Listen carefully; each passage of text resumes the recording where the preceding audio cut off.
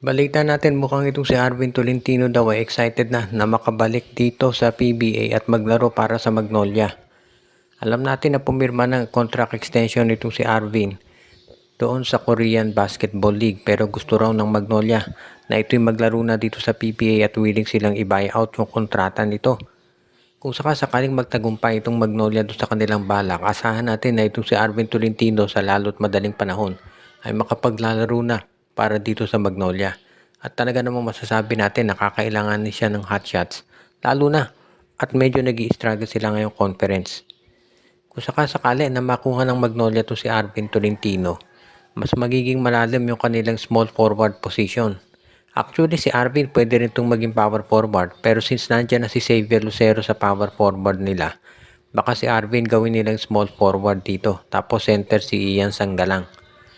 Ngayon, sa tingin ko kung sakali si Arvin Tolentino makabalik dito sa Magnolia, sa PBA at maglaro sa Magnolia, baka itong si Javi Gomez de Leano ay tuluyan na matrade ng Magnolia. Kasi pagdating ng Commissioner's Cup at Governor's Cup, yung mga import doon maglalaro yan ng power forward o kaya center. So malamang si Arvin mag-slide down yan sa number 3 sa small forward.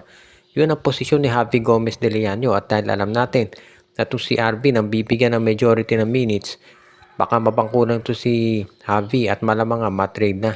Actually, dalawang players ng Magnolia ang madalas nababanggit ngayon na posibleng matrade at yan si Javi Gomez de Leano at itong si Chris Kun.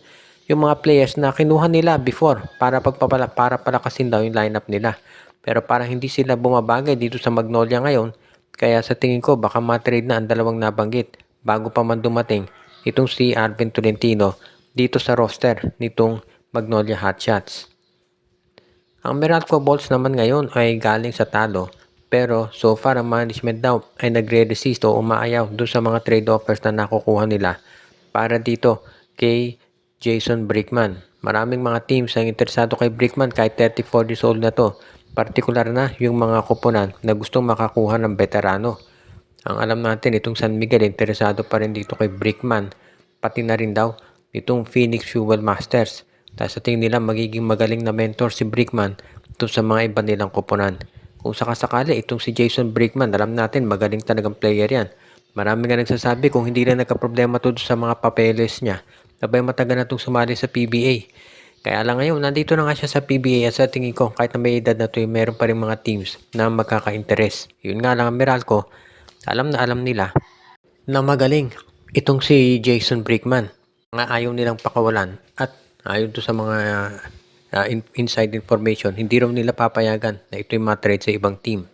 Ganyan kakumbinsido itong Magnolia Hotshot, itong Meralco Bolts na ito si Brickman ay yung tinatawag na 4 keeps talaga. Hindi yan yung player na ite-trade na lang nila basta-basta. Kaya nga itong si Jason Brickman sa tingin ko, papayag talaga yan dito na manatili sa Meralco. Ngayon, pagdating naman sa ibang changes dito sa Hotshot, sa tingin ko walang mangyayari dyan o dito sa Meralco Bolts. Sa kasalukuyan, wala tayong nakikita mangyayari dyan dahil mukhang kontento naman si Luigi Trillo dito sa nagiging progress ng Meralco Bolts.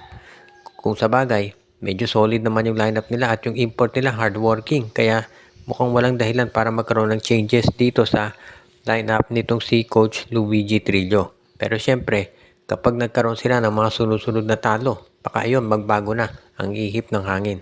Pero so far, mukhang itong Meralco Bolts ay gusto talaga na sila ay manatili muna yung lineup.